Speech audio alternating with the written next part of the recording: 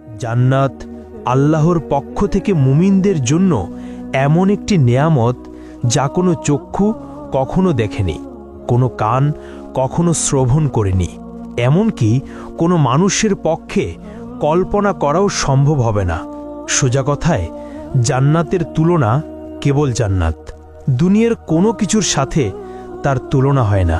এই ভিডিওতে আমরা কোরআনের আলোকে সেই জান্নাতের বর্ণনা শুনব, যার দৃশ্যগুলো শক্তিশালী এআই দ্বারা তৈরি, যা কেবল বোঝার সুবিধার্থে প্রতীকী রূপে ব্যবহার করা হবে।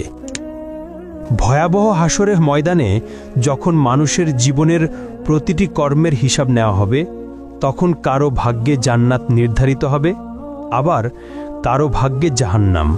এবার কল্পনা করুন, আল্লাহর রহমতে আপনি সেই সৌভাগ্যবান বান্দাদের একজন যাদের জান্নাত নসিব হয়েছে।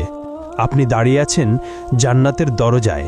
চিরশান্তির সুন্দর জীবন কয়েক কদম দূরেই আপনার জন্য অপেক্ষা করছে, কিন্তু ভেতরে প্রবেশের আগে আপনাকে সম্পূর্ণভাবে পরিশুদ্ধ হতে হবে। আপনার শরীর থেকে দুনিয়ার সব অবশিষ্ট দূর করতে হবে। তখন আপনাকে বিশেষ এক নদীতে গোসল করানো হবে। সেই নদীর পানি আপনার সব দুর্বলতা ও ত্রুটি দূর করে ফেলবে। আপনার শরীরের সব লোম অদৃশ্য হয়ে যাবে, দাড়ি, গোঁফ, এমনকি শরীরের অন্যান্য পশমও উধাও হয়ে যাবে। ফলে আপনি হবেন ৩৩ বছরের টকবগে সুদর্শন মানুষ। কিন্তু এখনও আপনি পুরোপুরি প্রস্তুত নন, আরও কিছু ধাপ বাকি আছে। অতঃপর আপনার জন্য প্রস্তুত করা বিশেষ এক ঝর্ণা থেকে আপনি পানি পান করবেন। এতে আপনি হবেন সম্পূর্ণ পবিত্র, ভিতর থেকে এবং বাহির থেকে পুরোপুরি জান্নাতের জন্য প্রস্তুত। তারপর আপনি দাঁড়াবেন সেই ফেরেশতার সামনে, যার দায়িত্ব হলো আপনার জন্য দরজা খুলে যাওয়া। তার নাম হলো রিদওয়ান। যাই হোক, জান্নাতের দরজার কথা বলতে গেলে জান্নাতের মোট ৮টি দরজা রয়েছে। প্রতিটি দরজা দিয়ে মানুষ জান্নাতে প্রবেশ করবে ভিন্ন ভিন্ন আমলের ভিত্তিতে। আপনি কোন দরজাতে প্রবেশ করবেন তা নির্ভর করবে আপনার আমল ও এই দুনিয়ায় তুমি কেমন জীবন কাটালে তার উপর। জান্নাতের প্রতিটি দরজার আলাদা আলাদা নাম রয়েছে, তবে সবগুলোর উপরে একই বাক্য লেখা, লা ইলাহা ইল্লাল্লাহু মুহাম্মাদুর রাসূলুল্লাহ। যারা দুনিয়াতে নিয়মিত নামাজ আদায় করেছে তারা প্রবেশ করবে সালাত নামক দরজা দিয়ে। আর দ্বিতীয় দরজা রাইয়ান, যারা রোজা রেখেছে এই দরজা তাদের জন্য। তৃতীয় দরজা হলো সাদাকা দরজা, যারা সবসময় অল্প হলেও দান করেছে এই দরজা তাদের জন্য। চতুর্থ দরজা হলো জিহাদ দরজা, যারা আল্লাহর পথে সংগ্রাম করেছে তাদের জন্য এই দরজা। পঞ্চম দরজা হলো হজ দরজা, যারা মক্কায় গিয়ে হজ আদায় করেছে তাদের জন্য। ষষ্ঠ দরজা হলো কাজিমুল গাইজ দরজা, যারা সবচেয়ে কঠিন মুহূর্তেও নিজেদের রাগ নিয়ন্ত্রণ করেছে এই দরজা কেবল তাদের জন্য। সপ্তম দরজা হলো আমান দরজা, যারা হিসাব নিকাশ ছাড়াই জান্নাতে প্রবেশ করবে এই দরজা তাদের জন্য। আর অষ্টম দরজা হলো জিকির দরজা, যাদের হৃদয় সর্বদা আল্লাহকে স্মরণ করেছে এই দরজা তাদের জন্য। যখন জান্নাতীরা দাঁড়িয়ে থাকবে তাদের নিজ নিজ দরজার সামনে, তখন জান্নাতের দরজা খুলতে শুরু করবে। তখন আপনি অনুভব করবেন এক মৃদু উষ্ণ বাতাস আপনার মুখে লাগছে। এমন বাতাস আপনি কখনো অনুভব করেননি। তারপর সেই সুবাস এমন যে আপনার আত্মাকে ছুঁয়ে যায়, এত সুন্দর, এত অনন্য যে প্রায় আপনি মূর্ছা যাবেন।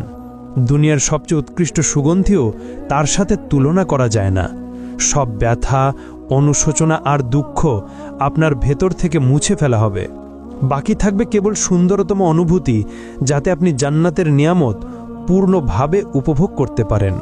অবশেষে আপনি প্রবেশ করলেন জান্নাতে। কি শান্তি! আপনার জন্য সেখানে আছে জীবন, যার কখনো শেষ হবে না। আপনার জন্য আছে স্বাস্থ্য, ফলে আর কখনো অসুস্থ হবেন না। আপনার জন্য আছে যৌবন, ফলে আর কখনো বুড়ো হবেন না। আপনার জন্য আছে সুখ, ফলে আর কখনো দুঃখ পাবেন না। আপনি জান্নাতে প্রবেশ করতেই ফেরেশতারা আপনাকে স্বাগত জানাবে আর বলবে, আল্লাহর পক্ষ থেকে তোমার উপর শান্তি বর্ষিত হোক, স্বাগতম, এখানে চিরকাল থাকো। প্রথমে আপনাকে দেওয়া হবে প্রাসাদ, বাগান ও পুকুর সহ। তারপর আপনার হৃদয় যা চায় তাই আপনাকে দেওয়া হবে, একটিও বাদ যাবে না। হ্যাঁ বন্ধু, এটাই জান্নাত, এমন এক জায়গা যেখানে নেই কোনো দুঃখ, নেই কোনো ভয়, নেই বার্ধক্য, নেই ব্যথা। এমন এক জায়গা যেখানে রয়েছে সব সৌন্দর্য যা আপনি জানেন এবং জানেন না। আপনি বসবাস করবেন এমন ঘরে যা তৈরি হয়েছে সোনা ও রূপার ইট দিয়ে, মরক্কা হিসেবে ব্যবহার হয়েছে মিশক, কঙ্কর হলো মুক্তা ও রুবি এবং মাটি হলো জাফরানের। আপনি ফিরে এসেছেন সেই জায়গায় যেখানে আপনার সৃষ্টি হয়েছিল প্রথমবার। অতঃপর ফেরেশতারা আপনার সাথে কথা বলবে, তারা জিজ্ঞেস করবে, সবে তুমি জান্নাতে প্রবেশ করেছ, এখন বলো তুমি কি চাও? উত্তরে আপনি বলবেন, আমি ইতোমধ্যেই আমার রবের অসংখ্য নিয়ামত ও উপহার দেখেছি, আমাকে আরেকটু সামনে যেতে দাও এবং আরও উপভোগ করতে দাও। তখন ফেরেশতারা উত্তর দিবে, এগুলো তো কেবল সূচনা, তুমি এখনো কিছুই দেখনি, এর চেয়েও মহান নেয়ামত তোমার জন্য অপেক্ষা করছে। অতঃপর আপনি এগিয়ে চললেন। আপনার সামনে উদিত হলো এক প্রাসাদ যা পুরোপুরি খাঁটি সোনার তৈরি। এর বারান্দাগুলো মুক্তার মতো ঝলমল করছে। আপনি যতই কাছে যান, কিছু দাসদাসী উপস্থিত হয়, তাদের রূপ যেন ছড়িয়ে থাকা মুক্তার মতো। তারা হাতে ধরে আছে রূপার থালা ও সোনার পাত্র। তারা সালামের মাধ্যমে আপনাকে অভ্যর্থনা জানায়, আপনিও সালামের জবাব দিলেন। আপনি সিদ্ধান্ত নিলেন এখানেই থেকে যেতে, কিন্তু ফেরেশতারা বলল, এর চেয়েও মহান নেয়ামত সামনে আছে, চলতে থাকো।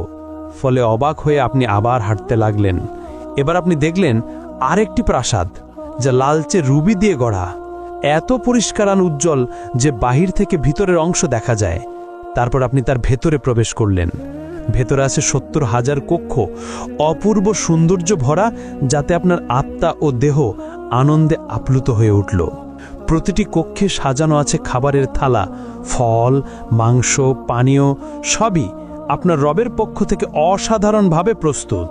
তখন আপনি একটি ফলে কামড় দিলেন, তা আপনাকে মনে করিয়ে দেয় আপনার জীবনের প্রিয় সব স্বাদ। তবুও স্বাদটি একেবারেই নতুন, এর আগে কখনো অনুভব করেননি। আপনি এক চুমুক পানীয় পান করলেন, ফলে আপনার হৃদয় ভরে উঠে অবর্ণনীয় সুখে। হঠাৎ একটি দরজা খুলে গেল, ভেতরে প্রবেশ করল আপনার প্রিয়জনেরা, আপনার মা, বাবা, প্রিয়তমা স্ত্রী আর সন্তানেরা। আর কি চাই?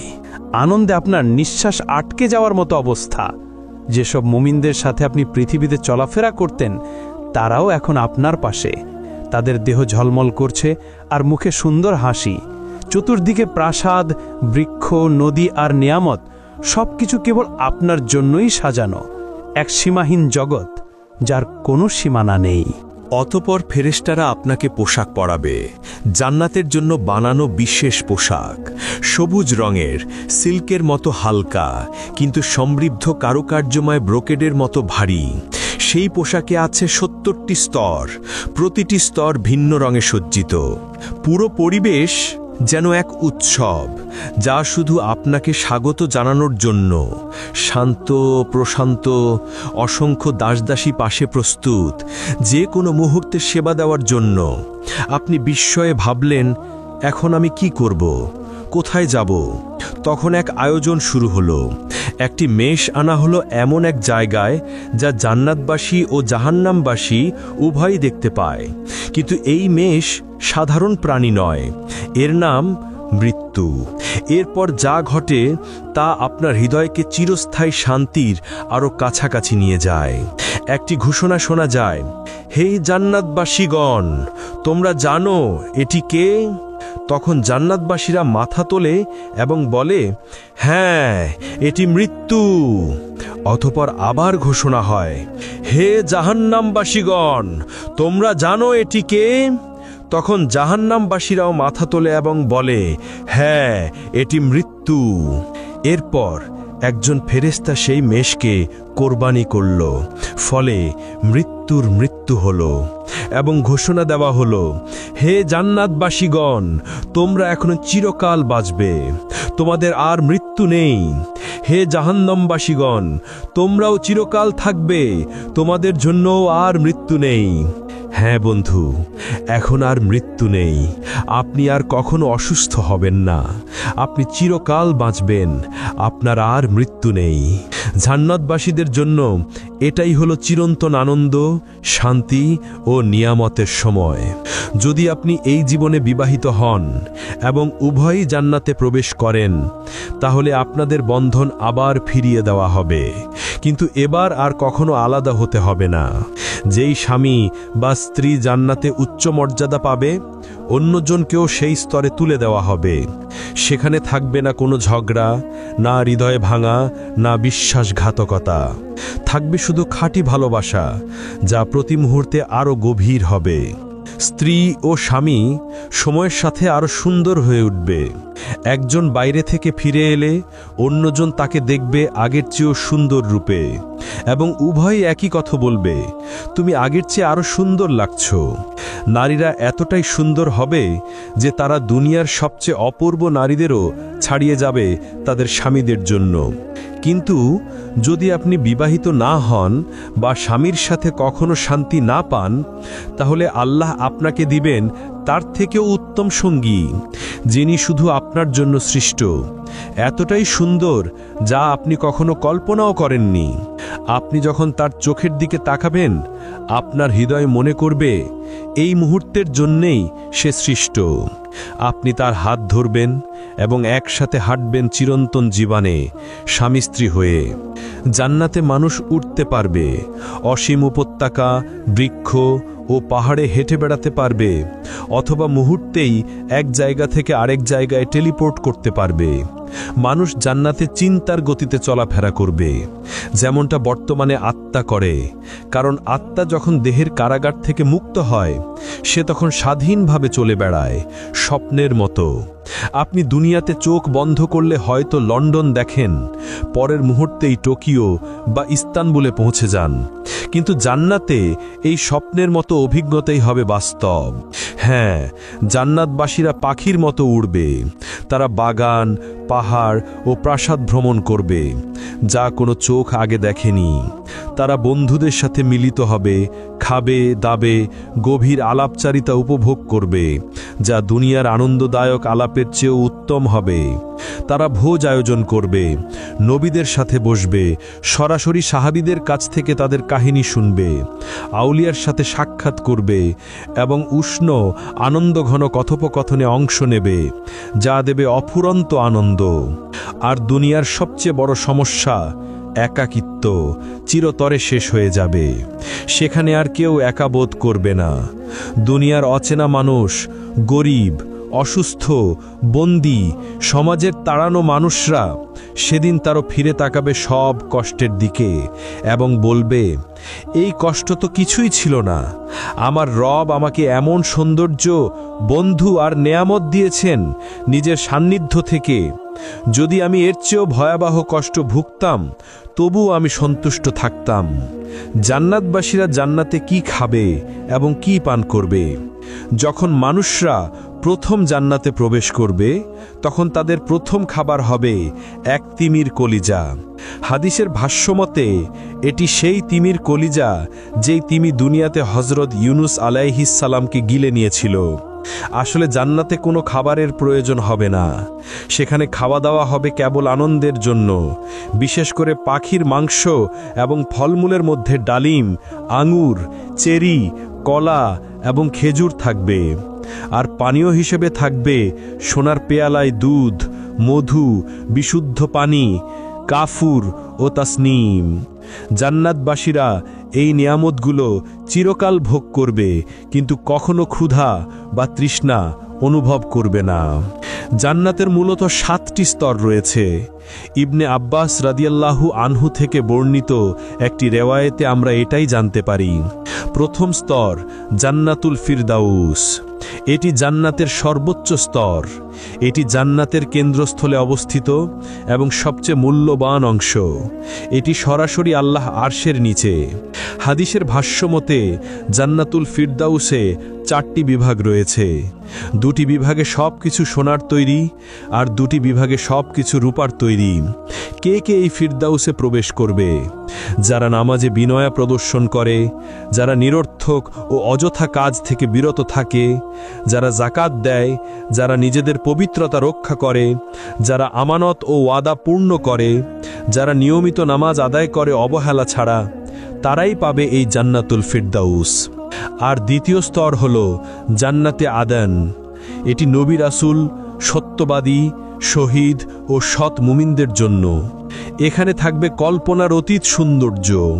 এর ভেতরে সোনার নদী প্রবাহিত হবে, ফেরেশতারা মুমিনদের অভিনন্দন জানাবে এবং ধৈর্যের জন্য জান্নাতের সুসংবাদ দেবে।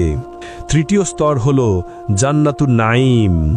এটি নেয়ামত ও শান্তিতে পূর্ণ এক জান্নাত। যা মুমিন চাইবে সব কিছু সেখানে থাকবে। তারা আল্লাহর অনুগ্রহে চিরস্থায়ী আনন্দে বসবাস করবে। আর চতুর্থ স্তর হল দারুল খুলুদ, বিশ্বাসীদের জন্য চিরন্তন সুখের আবাস। এখানে কোনো ভয় বা দুঃখ থাকবে না। অসংখ্য নেয়ামতে পরিপূর্ণ হবে এর অধিবাসীরা। পঞ্চম স্তর হল জান্নাতুল মাওয়া, বিশেষভাবে শহীদদের জন্য প্রস্তুতকৃত জান্নাত এটি। তারা সেখানে আল্লাহর অফুরন্ত নেয়ামত উপভোগ করবে এবং চিরন্তন সুখে থাকবে। আর ষষ্ঠ স্তর হল দারুস সালাম, বিশ্বাসীদের জন্য চিরন্তন শান্তি ও নিরাপত্তার জান্নাত, যেখানে থাকবে না কোনো ভয়, দুঃখ কিংবা কোনো মন্দ কিছু। সপ্তম স্তর হল ইল্লিয়ুন, উচ্চ ও মহান স্থান, যেখানে আল্লাহর নিকটবর্তী ফেরেশতারা এবং সৎ মুমিনরা অবস্থান করবে। তাদের মুখমণ্ডল থেকে নির্গত আলো সমস্ত জান্নাতকে আলোকিত করে তুলবে। এমনকি জান্নাতের সেই স্তরও আলোকিত হবে যা সবচেয়ে দুর্বল মুসলিমকে দেওয়া হবে, তা হবে 10টি বিশ্বের সমান বিশাল। আর যখন জান্নাতীরা জান্নাতের উঁচু স্তরে থাকা প্রাসাদগুলোর দিকে তাকাবে, তাদের দূরত্ব এতটাই বিশাল হবে যে তারা সেগুলোকে তারার মতো দেখবে, যেমন আমরা এই দুনিয়ার আকাশে দূর থেকে তারাগুলো দেখি। তারা ধীরে ধীরে অভ্যস্ত হয়ে যাবে জান্নাতের জীবনের সাথে। চারপাশে থাকবে অমর যুবক খিদমতগাররা, যারা সবসময় তাদের সেবায় প্রস্তুত। তাদের আনন্দ দেওয়ার জন্য এবং সেবা করার জন্য আল্লাহ হুরগণকে সৃষ্টি করেছেন। তারা এতটাই পবিত্র যে কোনো মানুষ বা জিন তাদের স্পর্শ করেনি আগে। তারা এতটাই বিশেষ যে যদি তাদের মধ্যে একজনও এই দুনিয়ার কোনো সাগরে থুথু ফেলত, তাহলে দুনিয়ার সব সমুদ্র ও সাগর তাৎক্ষণিকভাবে নোনতা থেকে মিষ্টি পানিতে রূপান্তরিত হতো। জান্নাতে কেউ কখনো কোনো কিছুতে অসন্তুষ্ট হবে না এবং সেখানে হিংসা থাকবে না। জান্নাতের প্রাকৃতিক সৌন্দর্য এই দুনিয়ার যে কোনো কিছুর চেয়েও বহুগুণ শ্রেষ্ঠ। সেখানে অসংখ্য গাছ থাকবে, কিন্তু একটি গাছ বিশেষভাবে আলাদা, তা হলো তুবা গাছ। এর আকার বর্ণনাতীত। যদি একজন অশ্বারোহী দ্রুতগতিতে দৌড়াতো, তবু এর কাণ্ড অতিক্রম করতে 100 বছর লেগে যেত। তুবা গাছ এতটাই বিশাল যে এর শাখা প্রশাখা জান্নাতের সব স্তরে পৌঁছায়, প্রতিটি ঘর পর্যন্ত ছড়িয়ে পড়ে, যাতে সবাই এর অনন্ত নেয়ামত ভোগ করতে পারে। জান্নাতের আরেকটি বিস্ময়কর বিষয় হল কাউসার নদী। এটি আমাদের প্রিয় নবীকে বিশেষ উপহার হিসেবে দেয়া হয়েছে। এর পানি দুধের চেয়ে সাদা, মধুর চেয়ে মিষ্টি। এটি প্রবাহিত হয় আল্লাহর আরশের নিচ থেকে সিদরাতুল মুনতাহা হয়ে, তারপর জান্নাতুল ফিরদাউসের ভেতর দিয়ে অবশেষে জান্নাতের প্রতিটি স্তরে পৌঁছে যায়। এই নদীর ঘ্রাণ ও স্বাদ আমাদের আজকের কল্পনারও অতীত। কাউসার নদী ছাড়াও জান্নাতে থাকবে বিশুদ্ধ পানির নদী, যা কখনো নষ্ট হবে না। দুধের নদী, যার স্বাদ কখনো পরিবর্তিত হবে না। মদের নদী, যা পানকারীদের আনন্দ দেবে কিন্তু কোনো নেশা সৃষ্টি করবে না। এবং খাঁটি মধুর নদী। জান্নাতে এক কোমল বাতাস বইবে যখনই আমরা চাইব। যখন তা গাছের পাতার ভেতর দিয়ে বয়ে যাবে, সেই শব্দ হবে এত সুন্দর যে এই দুনিয়ার কোনো কিছুর সাথে তার তুলনা করা যাবে না। আরেক বিশেষ আনন্দ হবে সাপ্তাহিক বাজারে যাওয়া। সেখানে উত্তর দিক থেকে বাতাস বইবে আমাদের মুখমণ্ডল ও পোশাকে। এতে আমাদের সৌন্দর্য ও রূপ আরও বেড়ে যাবে এবং প্রতিবারই আমরা হব আগের চেয়ে অনেক বেশি সুন্দর ও আকর্ষণীয়। জান্নাতের সবচেয়ে সুন্দর দিকগুলোর একটি হলো আমরা দুনিয়ার জীবনকে স্মরণ করব এবং আমাদের প্রিয়জনদের সাথে সময় কাটাবো যারা জান্নাতের উপযুক্ত হয়েছে। আমরা একসাথে বসবো, আলাপ করব, একে অপরের জন্য যে দুনিয়ার অভাব বোধ ছিল তা মিটিয়ে নেব। কিন্তু এত সব বিস্ময়ের পরও এগুলো জান্নাতের কেবল অল্প অংশ। আসলেই কত চমৎকার শোনায়, আর হৃদয়ে কত সুন্দর অনুভূত হয়। তবে এখন আসি সেই সর্বোত্তম বিষয়টিতে, যা জান্নাতকে সত্যি জান্নাত বানায়। এ পর্যন্ত যা বলা হলো, না প্রাসাদ, না নদী, না অফুরন্ত নেয়ামত, কোনোটিই এর সাথে তুলনীয় নয়। সবচেয়ে বড় উপহার হলো আল্লাহর মুখমণ্ডল দর্শন। জান্নাতে সেই দিনে, যা দুনিয়ার শুক্রবারের সমতুল্য, আল্লাহ জান্নাতবাসীদের নিজের উপস্থিতিতে স্বাগত জানাবেন। প্রিয় বন্ধু, জান্নাত সহজ কোনো পুরস্কার নয়। এটি প্রতিশ্রুত কেবল তাদের জন্য যারা আল্লাহ দিকে ফিরে আসে, হারাম থেকে বেঁচে থাকে, ইবাদতে অটল থাকে এবং সুন্দর চরিত্র নিয়ে জীবনযাপন করে। তাই আসুন আমরা মুমিনরা শক্তিশালী হই এবং আমরা একে অন্যের জন্য দোয়া করি। আসুন আমরা সবাই নিজেদের জন্য এবং সব মুসলমানের জন্য দোয়া করি। আল্লাহ আমাদের ক্ষমা করুন, আমাদের প্রিয়জনদের সাথে জান্নাতে মিলিয়ে দিন, আর আমাদের সবাইকে সর্বোচ্চ স্থান আল ফিরদাউস দান করুন।